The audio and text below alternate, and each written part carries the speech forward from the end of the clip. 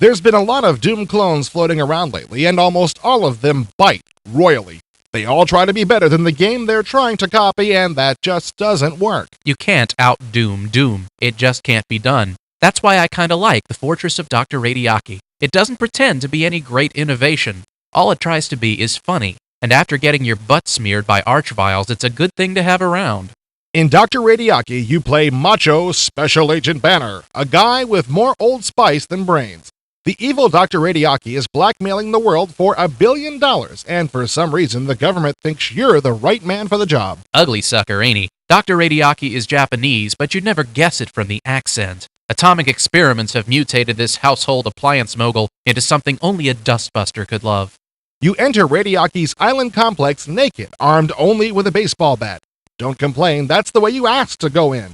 The first bad guys you'll encounter are Radiaki's Cuban guards. I guess red labor is cheap. Is that a cigar in your pocket? Or, well, never mind. They all look like Fidel Castro, which I like. Have you ever shot Castro in the face? You should try it sometime. It's very liberating. In no time at all, you'll have made it into Radiaki's sewer system. You can almost smell the excitement. If you've ever dreamt about fighting through radioactive sewage, you won't be able to pass up this golden brown opportunity. As if the smell wasn't bad enough to knock you on your back, you have to contend with mutated lizard men and rat men as well. The monsters are very good looking, even up close. I've got a question I've been meaning to ask you. Okay, shoot. Go ahead. You previewed Radiaki a few months ago, and you said it was going to have SVGA graphics and monsters and walls that don't pixelate at all. What happened to that? Well, Future Vision decided that Radiaki wasn't the right game to debut that engine with. They are still developing the full-screen SVGA engine, though, and they plan to show it at the winter CES.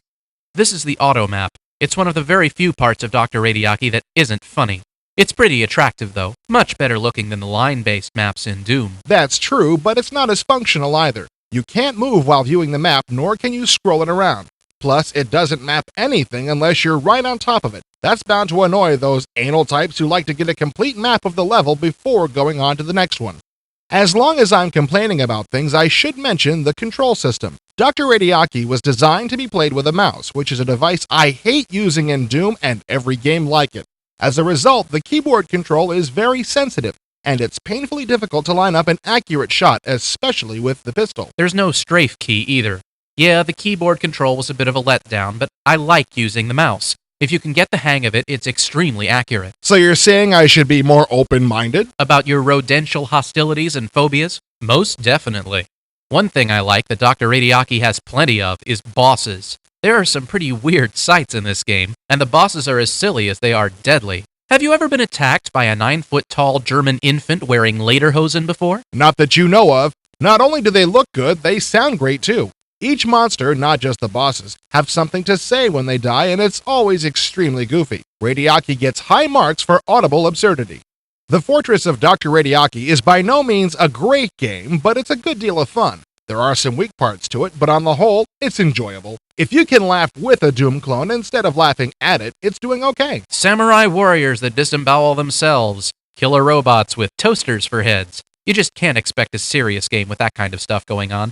Dr. Radiaki is good, light entertainment, which is just what it was meant to be. The next time you can't find Godzilla vs. Rodan on any late-night cable station, play this instead.